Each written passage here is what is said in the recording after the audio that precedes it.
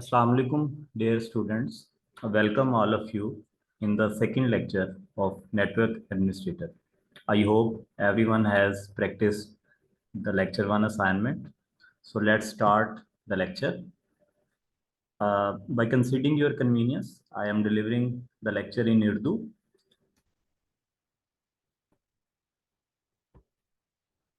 So networks जो हैं उनको हम कैटेगराइज कर सकते हैं उनकी साइज के पर्सपेक्टिव में। जैसा कि हम जानते हैं कि आजकल हमारी जो डेली लाइफ है उसमें नेटवर्क्स जो हैं उनका बड़ा इम्पोर्टेंट रोल है। ख़ास तौर पे हाउस होल्ड में भी हम देखते हैं कि हमने अपने घरों में भी जो है डिवाइसेस, मुख्तलिफ़ किस्म की डिवाइसेस को नेटवर्क से कनेक्ट किया होता है। तो ये नेटवर्क जो है हम इसको स्मॉल होम नेटवर्क्स कैटेगराइज करते हैं। इसके अलावा जो आपके छोटे कॉरपोरेट ऑफिसेज हैं वहाँ पे भी जो नेटवर्क है आ, वो डिप्लॉयड होता है। और उसके बाद अगर हम बात करें तो मीडियम टू लार्ज स्केल में हमारे जो बड़े कॉरपोरेट्स आते हैं, जैसे कि आप इस यूनिवर्सिटी के नेटवर्क को कंसीडर कर सकते हैं कि एक ये medium to large scale network. इसके बाद वाइड एरिया नेटवर्क्स की कैटेगरी आती है जिसमें आपकी जो एक प्रोमिनेंट एग्जांपल इंटरनेट की है। और इस चीज में आप ये भी मद्देनजर रखेंगे कि जिस तरह आपके नेटवर्क का साइज स्केल जो है वो इंक्रीज करता है तो उसी लेवल की एक्सपर्टीज, टेक्निकल एक्सपर्टीज और नॉलेज जो है वो रिक्वायर्ड होगा नेटवर्क जो पर्सनल हैं जो उसको मैनेज कर रहे हैं। तो हम देखते हैं कि सबसे पहले कि नेटवर्क के मेजर कंपोनेंट्स कौन से हैं। तो तीन मेजर कंपोनेंट्स हैं नेटवर्क में। उनमें सबसे पहले डिवाइसेस आती हैं जिनको हम नेटवर्क से कनेक्ट करते हैं। उसके बाद मीडिया आएगा जिसके थ्रू उन डिवाइसेस को कनेक्ट किया जाता है। और तीसरे नंबर पे वो सर्विसेज हैं जो नेटवर्क के थ्रू हम कम्युनिकेट करते हैं। तो आइए हम इनको डिटेल में डिस्कस करते हैं। सबसे पहले डिवाइसेस दो तरह की होंगी। एक तो वो एंड डिवाइसेस होंगी जो यूजर इस्तेमाल कर रहे होंगे, जिनकी बहुत सारी कॉमन एग्जांपल्स हैं। और अगर मैं अभी यहाँ पे जो स्टूडेंट्स आप लोग बैठे हुए हैं, आपके पास भी आपके स्मार्टफोन्स हैं, आपकी ये लैब में पड़े हुए कंप्यूटर्स, ये एंड डिवाइसेस हैं। इसी तरह ये लैब में आप ऊपर देख रहे होंगे कि सीसीटीवी कैमरा है, ये भी एंड डिवाइस की एग्जांपल है। यहाँ पे पड़े हुए लैपटॉप्स आपके, वो भी एंड डिवाइसेस की एग्जांपल है। इसी तरह प्रिंटर्स को भी आप एंड डिवाइसेस में कंसीडर करेंगे। आईपी फोन्स, ये एंड डिवाइसेस की एग्जांपल्स हैं। इसमें बेशुमार और भी एग्जांपल्स जो हैं वो आप कंसीडर कर सकते हैं जो नेटवर्क के एंड डिवाइसेस कंसीडर होंगी। इसके बाद वो डिवाइसेस हैं जो आपको, आपकी एंड डिवाइसेस को बेसिकली नेटवर्क से कनेक्ट करती हैं और वाया नेटवर्क जो है आपका डाटा ट्रांसफर करने में फैसिलिटेट करती हैं। इनको बेसिकली हम इंफ्रास्ट्रक्चर डिवाइसेस कहेंगे। और इनकी जो एग्जांपल्स हैं उनमें एक्स वायरलेस एक्सेस पॉइंट, जिसको आप वाईफाई राउटर के नाम से भी जानते हैं। तो आप जैसा कि देखें कि आपकी जो एंड डिवाइसेस हैं वो इस वक्त अगर वाईफाई से कनेक्टेड हैं तो वो एक्सेस पॉइंट्स के थ्रू कनेक्टेड हैं। अगर ये एक्सेस पॉइंट नहीं होगा तो लामहाला आप कनेक्टिविटी अचीव नहीं कर सकेंगे। इसी तरह अगर आप देखें तो ये लैब में पड़े हुए कंप्यूटर्स किसी नेटवर्क स्विच से कनेक्टेड हैं। और ये सामने रैक में आपको नेटवर्क स्विच विजिबल है। तो आप ये देखें ये सारे लैब के कंप्यूटर्स की वायर इसमें टर्मिनेट हो रही हैं। इसी तरह अगर आप ये देखें तो ये वाईफाई एक्सेस पॉइंट भी बैकबोन वायर से स्विच में ही टर्मिनेट हो रहा है। तो ये जो स्विच है ये भी आपकी नेटवर्क इंफ्रास्ट्रक्चर की कैटेगरी में आएगा। इसी तरह आपके राउटर्स, आपकी फायरवॉल्स, ये हुआवे की फायरवॉल्स भी सामने फायरवॉल में आपको रैक में विजिबल हैं। तो ये सब एग्जांपल्स हैं नेटवर्क डिवाइसेस की। इसके बाद हम बेटा बात करते हैं मीडिया की।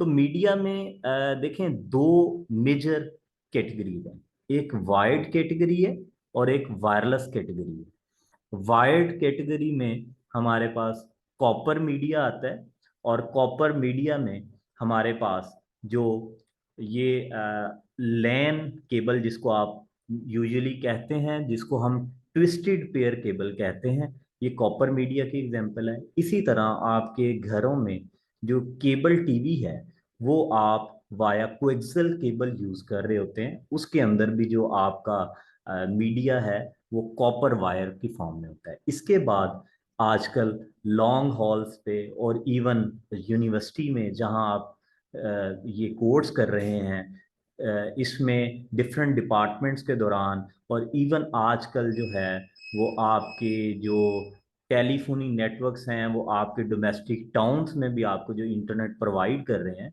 वो फाइबर ऑप्टिक्स केबल पे आपको दिया जा रहा है। और उसके जो बेनिफिट्स हैं वो हम आगे डिस्कस करते हैं। एक तो हमें जो डिस्टेंस की जो कॉन्स्टेंट थी कॉपर मीडिया में वो इसने केटर की हैं, और सेकेंडली जो डाटा रेट्स हमें बड़े हाईली अवेलेबल हैं फाइबर ऑप्टिक्स केबल में, और इसमें डाटा भी जो है वो इलेक्ट्रोमैग्नेटिक की फॉर्म में नहीं बल्कि लाइट की फॉर्म में जाएंगे। और तीसरा जो जो है वो वायरलेस है, जो बड़ा कॉमनली आप लोग जैसे अभी अपने स्मार्टफोन्स आपके डाटा नेटवर्क से कनेक्टेड हैं, आप लोग वाईफाई से कनेक्टेड हैं, तो ये आपका वायरलेस मीडिया है, जिसने एक जो है वो एक रेवोल्यूशन जो है नेटवर्क्स में एक आप लोगों को कन्वीनियंस दी है कि नेटवर्क्स जो है उसके लिए आपको किसी वायर की ज़रूरत नहीं है, आप इजीली अपनी डिवाइसेस को मूव कर सकते हैं किसी भी जगह से। तो इसके बाद हम डिस्कस करते हैं एंड नेटवर्क डिवाइसेस जो कॉमनली हमारे नेटवर्क्स में जेर इस्तेमाल होती हैं। तो उनमें सबसे पहले हम बात करते हैं हब की। हब, जैसा कि मैंने पिछले लेक्चर में भी इसका आपको थोड़ा सा इंट्रोडक्शन दिया था कि हब जो है ये बिल्कुल लेयर वन की डिवाइस है, और ये इंटेलिजेंट डिवाइस नहीं कंसीडर होती, बिकॉज इसका जो नेटवर्क है वो शेयर्ड नेटवर्क होता है, और इसको हम सिंगल कोलियन डोमेन नेटवर्क कहेंगे। और इसमें ये होता है कि अगर आपकी एक डिवाइस डेटा सेंड करना चाहती है, और उस वक्त वो जो डेटा है वो तमाम बाकी जो पोर्ट्स हैं वहां पे वो डिस्ट्रीब्यूट होगा, और अगर उसी वक्त में कोई और डिवाइस डेटा सेंड करना चाहेगी तो CSMA-CD एल्गोरिदम के तहत जो है ये डेटा आपका ट्रांसमिट होता है, एक्सेस जो मैकेनिज्म है। और उस वक्त अगर कोई और डिवाइस करना चाहेगी सेम टाइम पे तो कोलिजन हो जाएगी। CSMA-CD के थ्रू जो है ये मैनेज होता है डाटा ट्रांसफर का मैकेनिज्म, और एक वक्त में एक ही डिवाइस जो है वो डाटा सेंड कर सकती है, और ये लेयर वन की डिवाइस है। ये किसी भी किस्म के आपके जो एड्रेस जो नेटवर्क से हमने लास्ट लेक्चर में OSI के डिस्कस किए थे, ये उनको फिल्टर नहीं कर सकता, अंडरस्टैंड नहीं कर सकती हब डिवाइस। इसके बाद ब्रिज है। Bridge basically layer two device है, और लेयर टू डिवाइस है और ये मैक एड्रेसेस की बुनियाद पे काम करती है। और लेकिन ये है कि ये इसकी जो पोर्ट्स हैं वो स्विच की निस्बत कम होती हैं, और आजकल ये एक इंटरम सॉल्यूशन था between the switch and hub, और आजकल आपको ब्रिजेस जो हैं वो इतने कॉमनली मार्केट्स में अवेलेबल नहीं मिलेंगे। तो अब आ जाते हैं नेटवर्क स्विच की तरफ। ये नेटवर्क स्विचेस जो हैं आजकल आपको बड़े फ्रीक्वेंटली कॉमनली मार्केट्स में अवेलेबल हैं। Network switch basically layer two की डिवाइस है। नेटवर्क स्विचेस लेयर थ्री में भी आते हैं। Layer three functionality IP based routing को सपोर्ट करते हैं, और जो लेयर टू के स्विचेस हैं वो मैक एड्रेस की बुनियाद पे काम करते हैं। लेयर 3 जो है वो आईपी और मैक दोनों को अंडरस्टैंड कर सकता है। तो इनके अंदर बेसिकली ये मैक टेबल जो है वो फॉरवर्ड मेंटेन हो रहा होता है, और वो जो है वो with the passage of time जो है वो बिल्ट होता है आर प्रोटोकॉल के तहत, जिसको हम आगे जाके डिस्कस करेंगे। और जैसे ही वो बिल्ट अप होता जाता है तो स्विचेस फिर उसकी मदद से जो है वो डाटा उन स्पेसिफिक पोर्ट्स पे मैक एड्रेस को अंडरस्टैंड करते हुए ट्रांसमिट करते हैं। इसके बाद अभी तक ये जो हमने समरी डिस्कस की है हाफ वर्ड स्विच की, तो उसके बाद हम जो है वो राउटर की बात करते हैं। बेसिकली राउटर लेयर 3 की डिवाइस है जो नेटवर्क लेयर पे आपका आईपी एड्रेस होता है ये उसको अंडरस्टैंड कर सकता है। और ये नॉर्मली आपकी जब दो डिफरेंट नेटवर्क्स में कम्युनिकेशन आपको जरूरत होगी, तो वहां आपको राउटर की जरूरत लाजमी है। लेयर 2 डिवाइस आपको with in the same network communication facilitate कर सकती है, जैसे हमने स्विच डिस्कस किया। लेकिन जब बात आएगी दो डिफरेंट वर्चुअल लैन्स की, डेफिनेटली वर्चुअल लैन्स डिफरेंट है तो उनके नेटवर्क रेंजेस डिफरेंट होंगी। तो वहां पे आपको एक लेयर 3 डिवाइस की जरूरत होगी जो आईपी एड्रेस को अंडरस्टैंड करे, जो लेयर 3 स्विच भी हो सकता है और राउटर भी हो सकता है। ओवर द इंटरनेट आपके राउटर्स जो हैं वाइड एरिया नेटवर्क में वो इस्तेमाल होते हैं, जो कि आपको राउटिंग की फैसिलिटी जो है वो प्रोवाइड करते हैं। और हम इसमें देखेंगे कि राउटर्स जो हैं वो एक राउटिंग टेबल मेंटेन करते हैं, और उस राउटिंग टेबल की हेल्प से डाटा पैकेट्स को फॉरवर्ड किया जाता है, जो आपका ऑप्टिमम राउट होगा उसके ऊपर। ये एक ब्रीफ इंट्रोडक्शन हम राउटर्स के बारे में पढ़ रहे हैं। ये आप अपने घरों में भी जो वाईफाई राउटर्स इस्तेमाल करते हैं, बेसिकली उनके अंदर भी जो है वो राउटिंग की फैसिलिटी अवेलेबल होती है कि वो आपके वाइड एरिया आईएसपी का जो नेटवर्क है उस नेटवर्क से आपके लोकल एरिया जो घर का वाईफाई नेटवर्क है उन दोनों के दरमियान वो router wifi router communication facilitate कर रहा है। तो आइए इसके बाद हम डिस्कस करते हैं नेटवर्क टोपोलॉजीज को। तो नेटवर्क टोपोलॉजी में जो मेजर कॉमनली यूज टोपोलॉजीज हैं उसमें बस टोपोलॉजी है। बस टोपोलॉजी बेसिकली जो है वो एक शेयर्ड मीडियम है। उस शेयर्ड मीडियम पे आप यहाँ पे देख रहे हैं कि डिफरेंट जो है वो एक ही मीडियम से डिवाइसेस कनेक्टेड हैं। और इसमें थोड़ा सा ड्रॉबैक ये है कि ये शेयर्ड मीडियम है, और इसमें अगर किसी भी जगह पे आपका मीडियम डिस्टर्ब होता है तो आपका जो सारी डिवाइसेस हैं वो सफ़र करेंगे। ठीक है। इसके बाद जो है वो रिंग टिपोलॉजी। रिंग टोपोलॉजी बड़ी कॉमनली आजकल आपके फाइबर ऑप्टिक्स में हम इस्तेमाल करते हैं। और इसके बाद स्टार टोपोलॉजी है। स्टार टोपोलॉजी जो है जैसा कि यहाँ पे विजिबल है, आपका जो स्विच है ये आपको स्टार टोपोलॉजी प्रोवाइड करता है। हब जो है वो फिजिकली तो आपको स्टार टोपोलॉजी प्रोवाइड करता है, लेकिन लॉजिकली जैसा मैंने बताया कि हब में एक ही device at a time data send कर सकती है। तो इसलिए बाकी डिवाइसेस जो हैं वो उस वक्त सिर्फ लिसन कर रही होती हैं, तो वो लॉजिकली स्टार टोपोलॉजी नहीं है। जबकि स्विच जो है वो आपको physically and logically star topology provide करता है। लेकिन इसमें आप अगर देखें स्टार टोपोलॉजी में तो ये सारी डिपेंडेंसी उस सेंट्रल नोड पे है, सेंट्रल डिवाइस पे है। अगर वो स्विच जो है वो फेल हो जाता है किसी रीजन की वजह से, पावर की वजह से या हार्डवेयर माल फंक्शन की वजह से, तो आपका पूरा नेटवर्क डिस्टर्ब हो जाएगा। अच्छा, इसमें एक चीज मैश टोपोलॉजी को भी मैं बताता जाऊं। मैश टोपोलॉजी ये है कि तमाम नोड्स से कनेक्टेड है।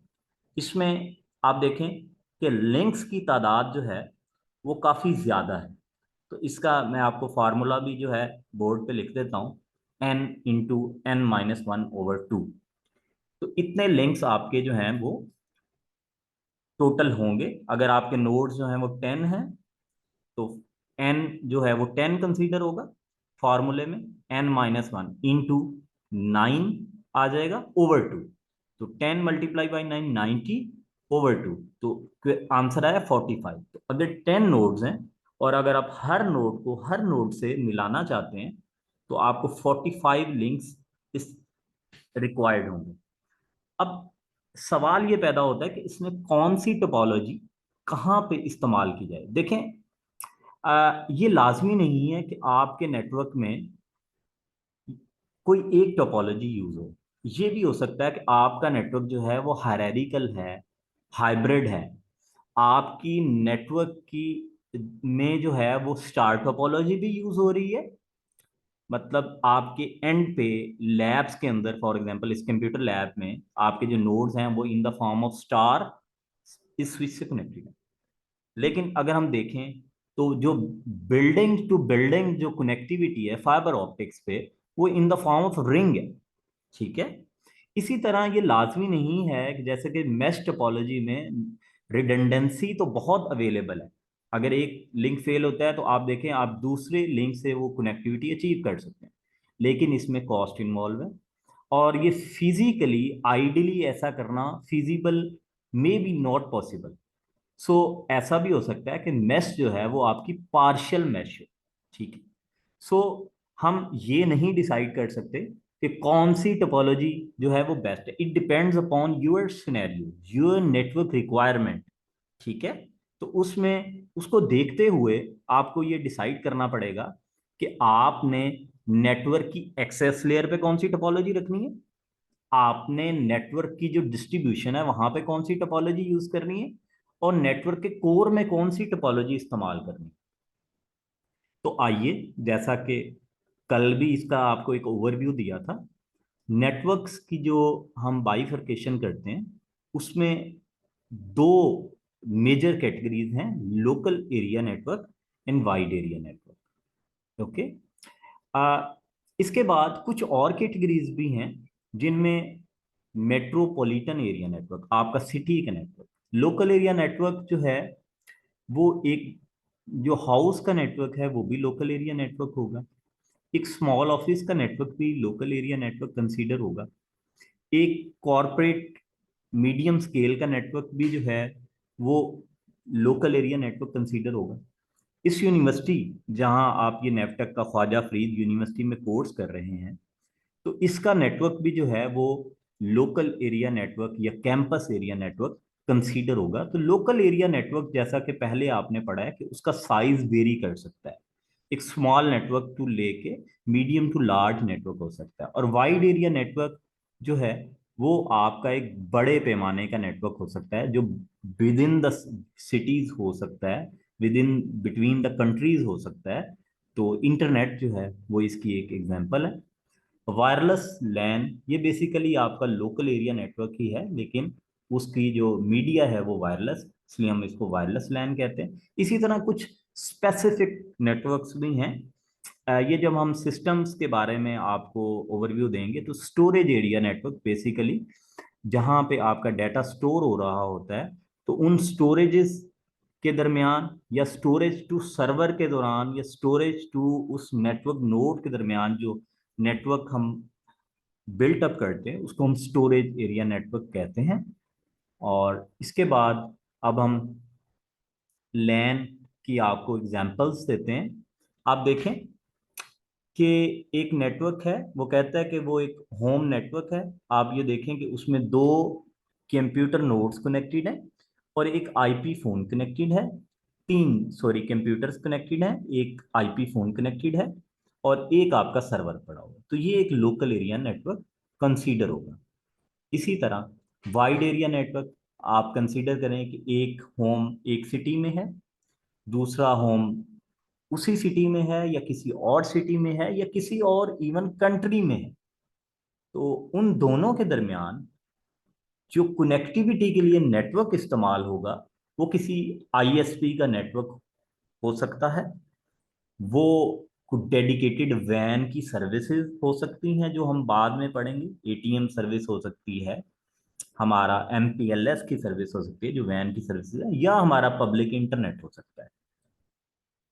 तो इसके बाद एक चीज आपको ये भी क्लियर करनी थी।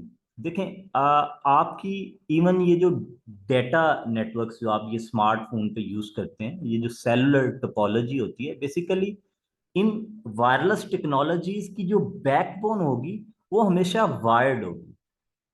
ठीक है, आप बेशक वाईफाई से कनेक्टेड होते हैं, लेकिन आप देखें कि वो वाईफाई एक्सेस पॉइंट बैकबोन पे वो वाया वायर जो है वो किसी नेटवर्क स्विच से कनेक्टेड होगा या किसी राउटर से कनेक्टेड होगा। तो इसी तरह आपके ये जो सेलुलर टॉवर्स हैं, no doubt may be they are, मतलब definitely they are providing you the connectivity over the wireless radio networks, लेकिन वो बजाते खुद वो टॉवर जो है वो कम्युनिकेशन के लिए वायर्ड नेटवर्क से कनेक्टेड है, या मे बी वो टॉवर वाया वायरलेस माइक्रोवेव किसी और टावर से कनेक्टेड है, लेकिन अल्टीमेटली वो जो पीछे वाला टावर है या उससे पीछे वाला टावर है वो आपकी बैकबोन जो है वो उससे कनेक्टेड होगा, जो वायर्ड होगी, most probably the fibre optics cable होगी, और उसके थ्रू वो आपको इंटरनेट की सर्विसेज और अपनी जो जीएसएम और बाकी सर्विसेज प्रोवाइड कर रहे हैं। आ, अभी हम आज इस लेक्चर के इख्तिताम पे आपको एक प्रैक्टिकल भी करवाएंगे।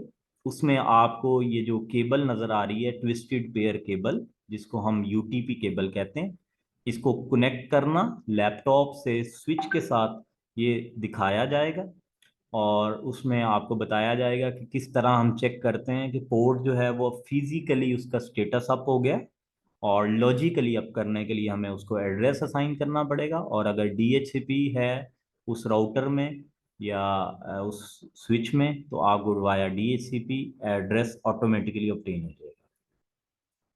इसके बाद एक चीज़ बड़ी अहम है जो आपको जहनशीन करनी चाहिए।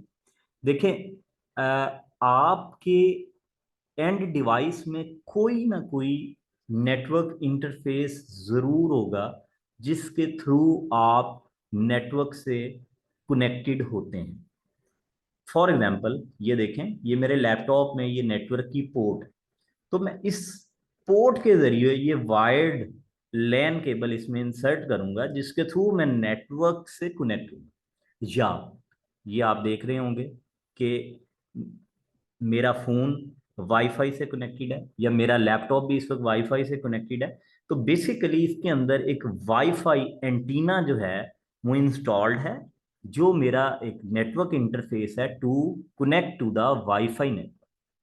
ठीक है, तो इसी तरह कोई भी और डिवाइस जो नेटवर्क से कनेक्ट होने की कैपेबिलिटी रखती है, डेफिनेटली उसके अंदर जो है वो एक नेटवर्क इंटरफेस कार्ड होगा, ख्वाह वो वायर्ड हो या वायरलेस हो, वो लाजमी है। ख्वाह वो सीसीटीवी कैमरा हो, ख्वाह वो आईपी फोन हो, ख्वाह वो नेटवर्क प्रिंटर हो, ख्वाह वो आपकी बायोमेट्रिक डिवाइस हो, अगर उसके अंदर नेटवर्क इंटरफेस कार्ड है, वायर्ड या वायरलेस, तो देन ही आप उसको नेटवर्क से कनेक्ट कर सकते हैं, अदरवाइज ये पॉसिबल नहीं होगा।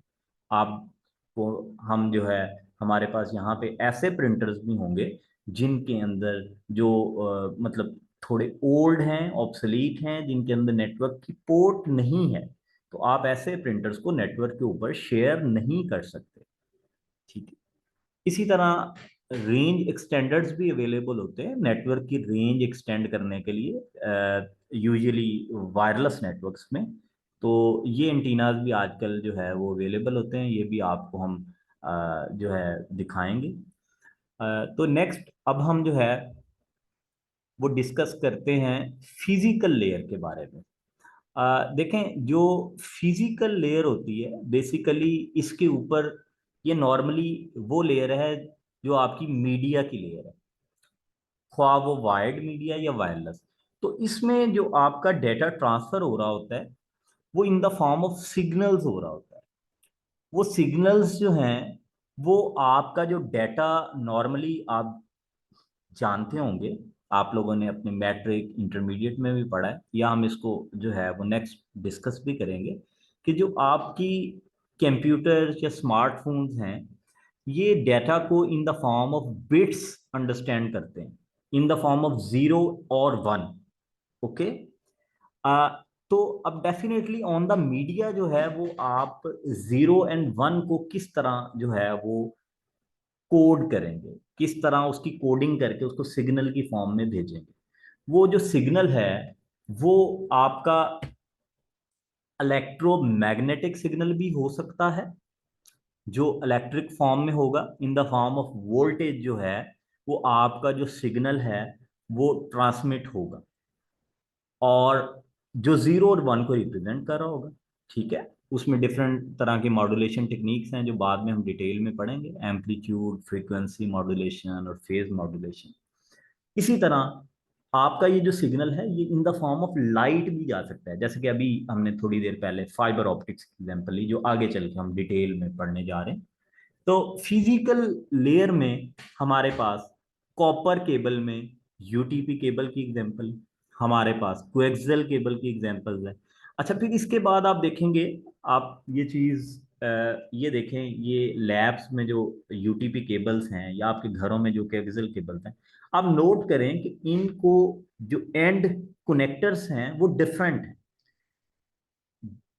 हर केबल का जो एंड टर्मिनल कनेक्टर है जिससे आप उस डिवाइस को कनेक्ट करते हैं वो डिफरेंट है, वो उसके अपने स्टैंडर्ड्स के मुताबिक है। जिस तरह की पोर्ट में वो इंसर्ट होगा, जैसे कि यूटीपी केबल में ये जो कनेक्टर है, ये केबल का आप देख रहे हैं, ये RJ45 कनेक्टर कहलाता है। ठीक है। इसी तरह जो आपका कोएक्सियल केबल का कनेक्टर है वो BNC कनेक्टर कहलाता है। इसी तरह अगर हम बात करें फाइबर ऑप्टिक्स केबल की, तो इसमें आपकी दो मेजर कैटेगरीज हैं, सिंगल मोड फाइबर और मल्टी मोड फाइबर, और इसके कनेक्टर्स जो हैं वो डिफरेंट तरह के हैं। ये आज हमने लैब जो है इसमें ये देखें, ये आपके लिए फाइबर केबल्स के पैच कोड्स मैंने मंगवाए हैं। इसमें ये LC टाइप के कनेक्टर्स हैं, ये SC टाइप्स के कनेक्टर हैं। ये डिफरेंट तरह के पैच कोड्स हैं, डिपेंडिंग अपॉन कि आपने इसको किस डिवाइस की पोर्ट में इंसर्ट करना है, वो पोर्ट की टाइप क्या है। इसी तरह इसके बाद वायरलेस मीडिया में आपके पास ये दोनों ऊपर वाली एग्जांपल्स वायर्ड की हैं, वायरलेस में आपके पास वाईफाई एक्सेस पॉइंट्स होते हैं जिनके अंदर जो है वो एंटीनाज लगे हुए हैं, और इसी तरह आपके स्मार्टफोन्स में भी एंटीनाज लगे हुए हैं जो वाया रेडियो लिंक आपस में इनकी कनेक्टिविटी है। तो इसके बाद एक चीज हम डिस्कस करते हैं, जिस तरह हर चीज को मैयर करने का एक पैमाना होता है, तो नेटवर्क के अंदर जो हम उसकी जो परफॉर्मेंस है उसको इवैल्यूएशन के लिए हमारे पास बैंड विड्थ होती है, बैंड विड्थ। तो इसका जो यूनिट है वो है बिट्स पर सेकंड, ये फंडामेंटल यूनिट है जी बैंड विड्थ का। तो आप पूछते हैं ना जी कि आपका नेटवर्क कैसा है, तो आप उसको इवेलुएट करेंगे, मतलब नॉर्मली आपसे पूछा जाए जी आपके नेटवर्क की स्पीड कितनी है, तो आप कहते हैं जी मेरे नेटवर्क की speed 16 Mbps। Okay. So here जो है फंडामेंटल यूनिट बिट्स पर सेकंड है, इसके बाद किलो बिट्स पर सेकंड इज शॉर्टली आप इसको कहते हैं जी 1 kbps, जिसमें 1000 बिट्स होती हैं। इसके बाद आपका जो है 10 की रेज की पावर 6 1 Mbps के बराबर होता है, 10 रेज की पावर 9 1 Gbps के बराबर होता है। आपका जो फास्ट इथरनेट होता है उसके अंदर 100 Mbps स्पीड अवेलेबल होती है। अब ये मेरे नेटवर्क का जो कार्ड है इस लैपटॉप का, ये या ये इस लैब में जितने भी कंप्यूटर हैं इनका जो कार्ड है ये गीगाबिट कार्ड है। इट मीन्स ये 1 Gb/s इसकी स्पीड है। इट मीन्स 10 रेज की पावर 9 बिट्स पर सेकेंड तक की स्पीड को ये सपोर्ट करता है। इसके बाद 10 रेज की पावर 12 TBps। ठीक है जी। तो आप लोग, अच्छा ये है बैंडविड्थ, एक चीज जेर गौर रखिएगा, बैंडविड्थ मतलब ये मैक्सिमम बैंडविड्थ थ्योरेटिकली आइडियली इतनी अचीव हो सकती है, लेकिन प्रैक्टिकली प्रैक्टिकली जो है जो बैंडविड्थ अचीव हो रही होती है, कंसिडरिंग द वेरियस फैक्टर्स, उस बैंडविड्थ को हम थ्रूपुट कहते हैं, जो एक्चुअल में आपको अचीव हो रही होती और वो बैंडविड्थ से कम होगी।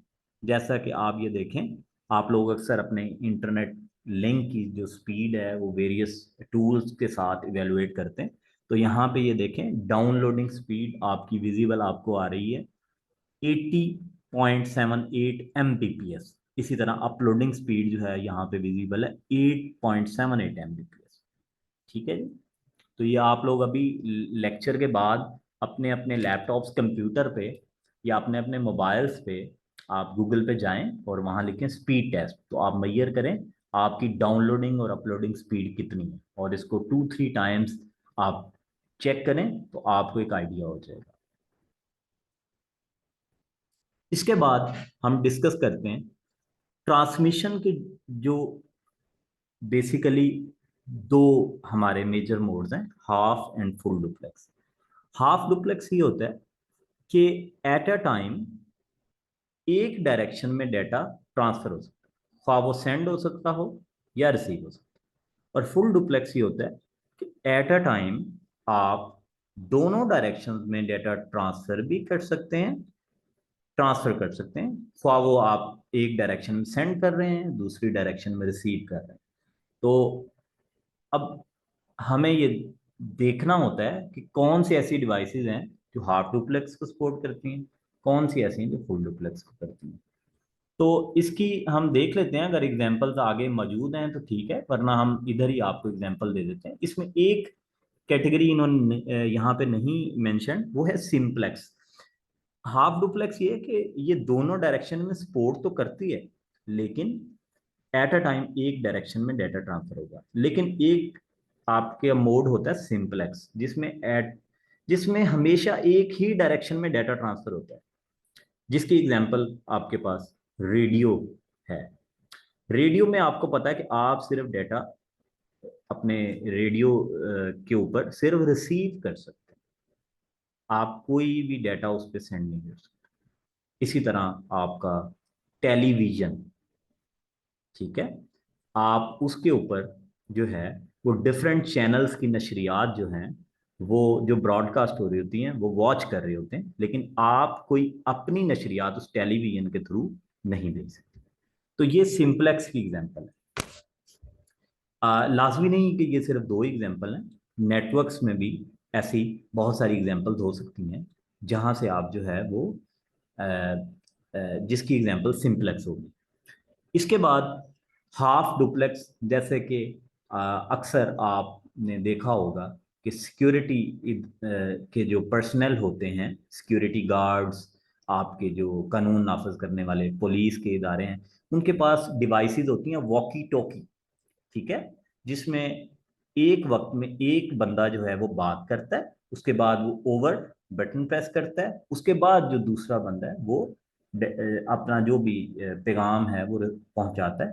तो एक वक्त में एक पर्सन या एक डिवाइस एक डायरेक्शन में डाटा ट्रांसफर कर रही है, और उसके बाद वो दूसरी डिवाइस अपना डाटा ट्रांसफर कर सकती है। तो डायरेक्शंस दोनों हैं, लेकिन एक वक्त में एक डायरेक्शन में, तो ये कहलाएगा हाफ डुप्लेक्स, ठीक है।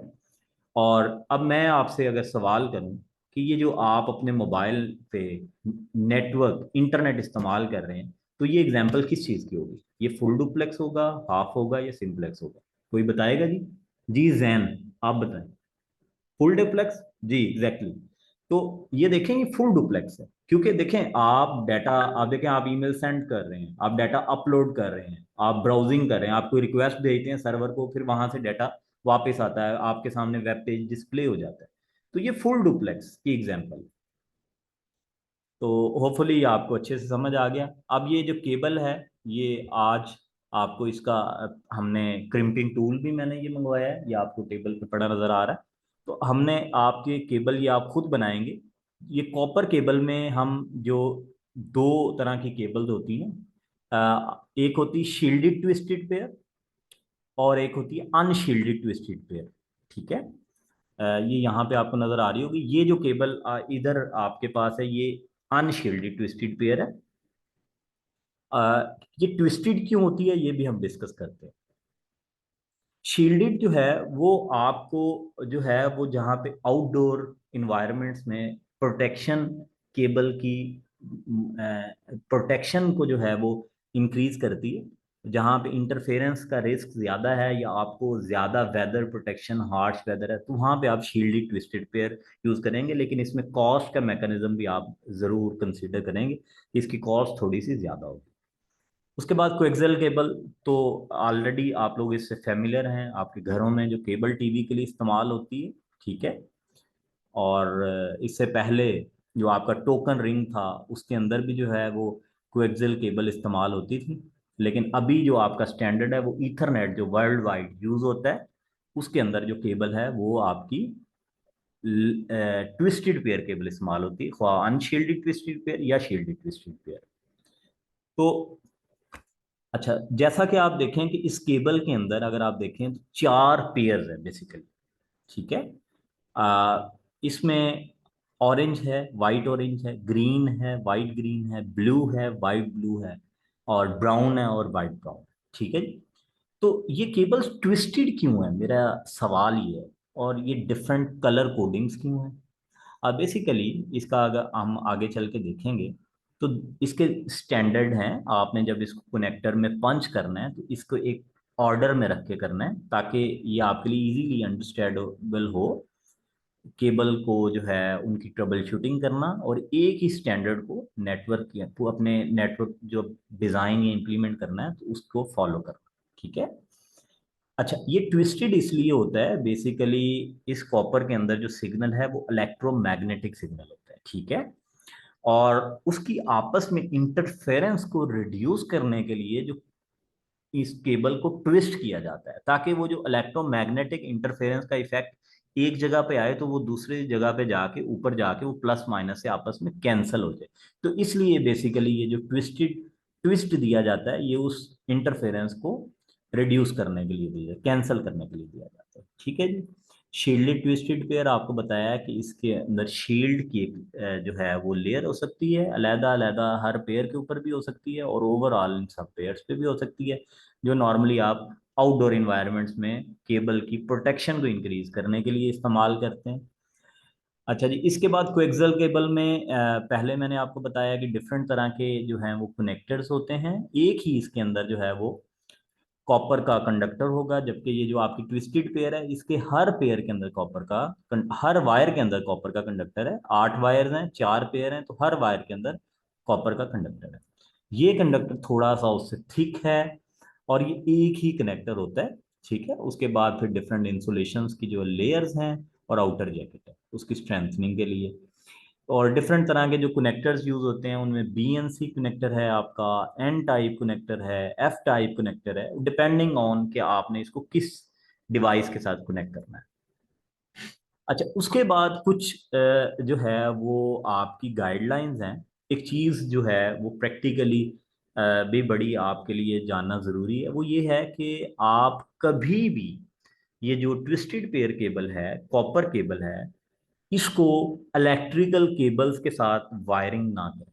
बिकॉज आपकी इलेक्ट्रिकल केबल्स में जो नॉर्मली घरों में, ऑफिस में, आपकी कंपनीज में, इधर लैब में भी आप देखें जिधर आप बैठे हुए हैं, तो यहाँ पे हाई वोल्टेज जो है वो इस इलेक्ट्रिक केबल से पास हो रहे हैं।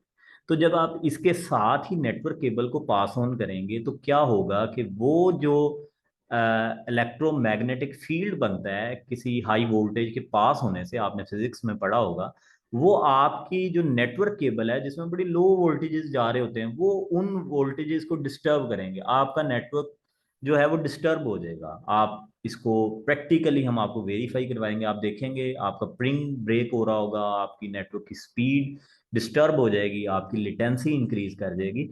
तो इसलिए कभी भी जो है वो कॉपर की जो आपकी ट्विस्टेड पेयर केबल्स हैं ये इलेक्ट्रिक केबल्स के साथ वायरिंग नहीं की जाती, ठीक है जी।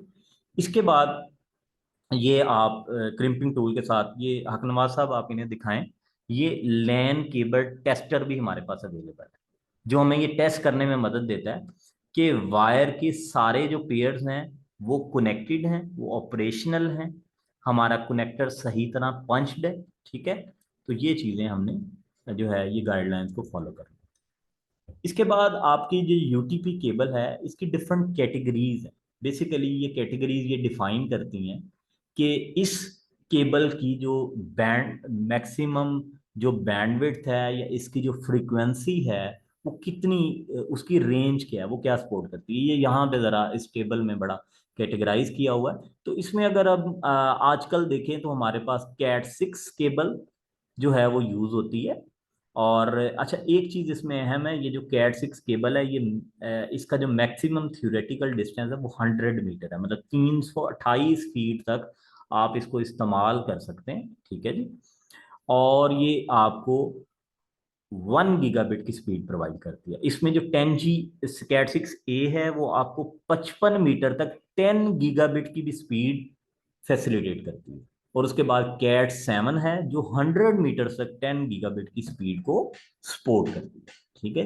बाकी जो कैटेगरीज हैं वो अभी ऑब्सलीट हैं। कैट 5 अभी वैसे इस्तेमाल मार्केट में आपको मिल सकती है, लेकिन उससे जो पीछे की हैं वो अभी ऑब्सलीट जो है वो कैटेगरीज है।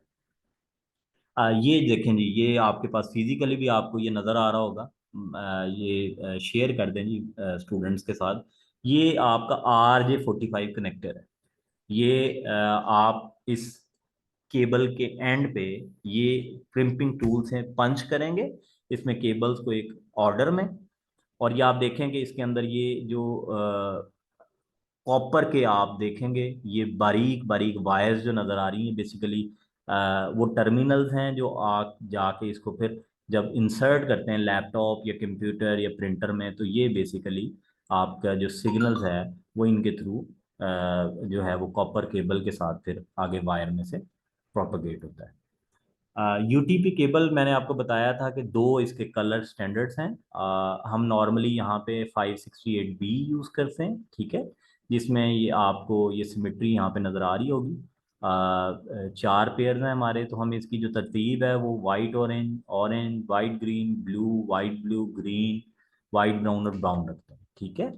और इसमें दो तरह के जो हैं वो यूज़ होते हैं। एक तो स्ट्रेट थ्रू है कि एक साइड पे भी यही जो है वो तरतीब होगी और दूसरी साइड पे भी यही तरतीब होगी। ठीक है। और दूसरी है क्रॉस ओवर। ठीक है। ये अगली स्लाइड में आ भी रहा है।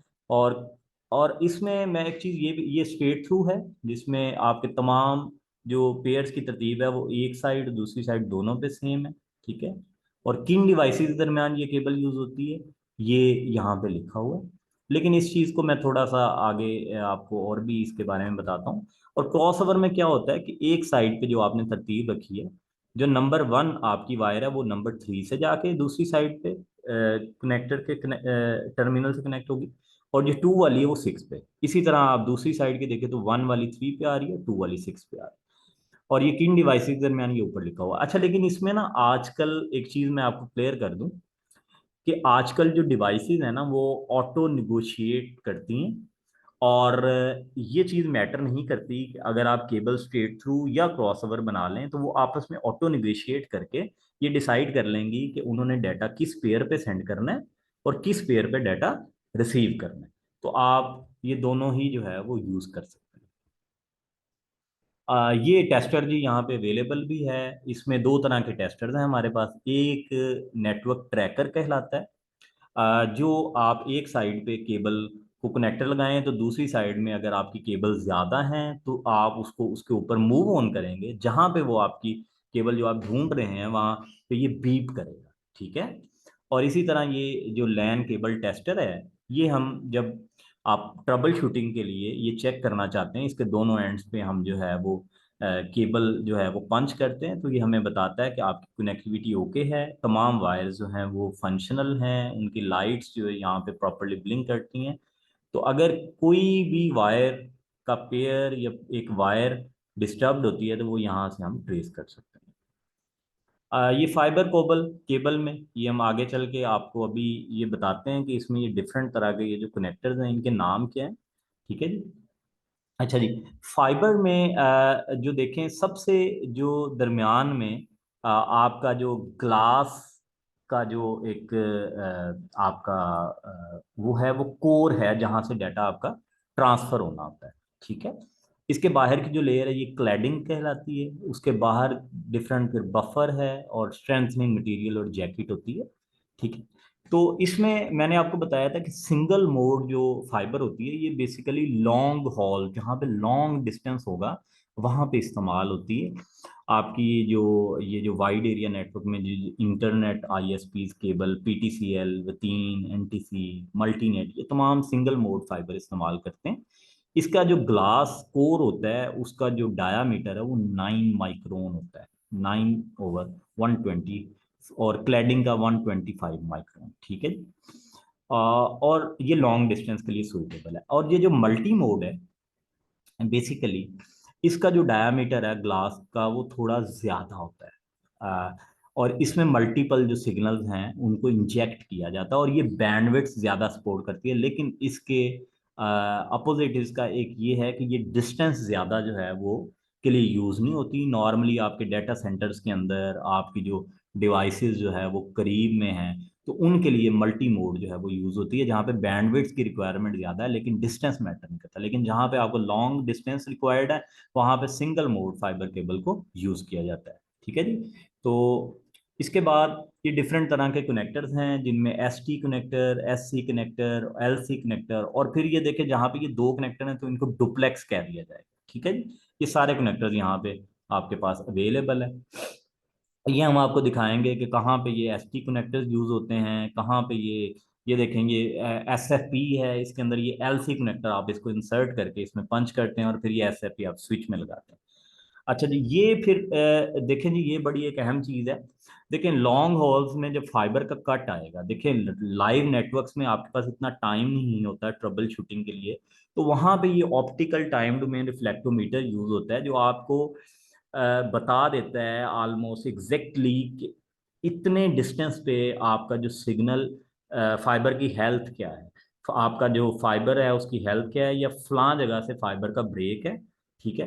तो फिर वो ट्रबल शूटिंग ट्रेस करने में बड़ा इजी हो जाता है आपकी फाइबर टीम को, टेक्निकल टीम को, कि वो वहां से जाके उसको डायग्नोज करे और अगर कोई लिंक में जो है वो ब्रेक आया तो उसको स्प्लाइस या ज्वाइंट कर दिया जाए ताकि आपकी सर्विसेज रिस्टोर हो जाए। ठीक है जी।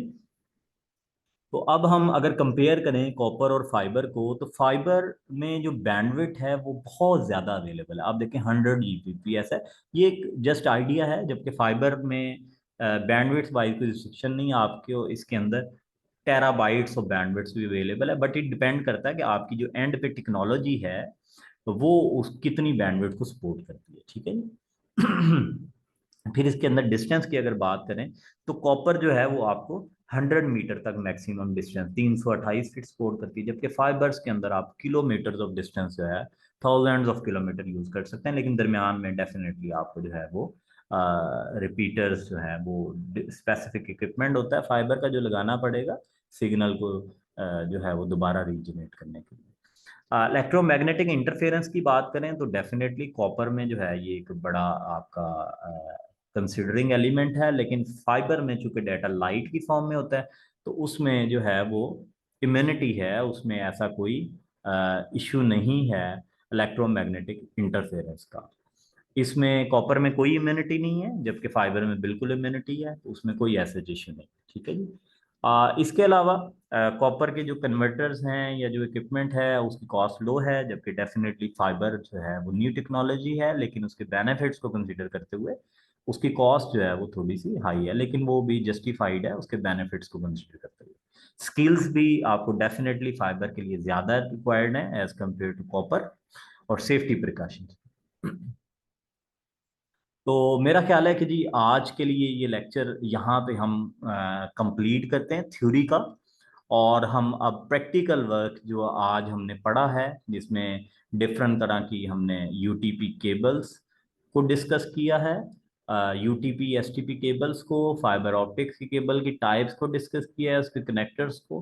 तो और इसके अलावा हमने जो कनेक्टिविटी करनी है डिवाइसेस की इन मीडिया के थ्रू, हम इसका प्रैक्टिकल जो है वो आज करते हैं, और बाकी हम जो है नेक्स्ट नेक्स्ट कल कवर करेंगे। थैंक यू जी, थैंक यू।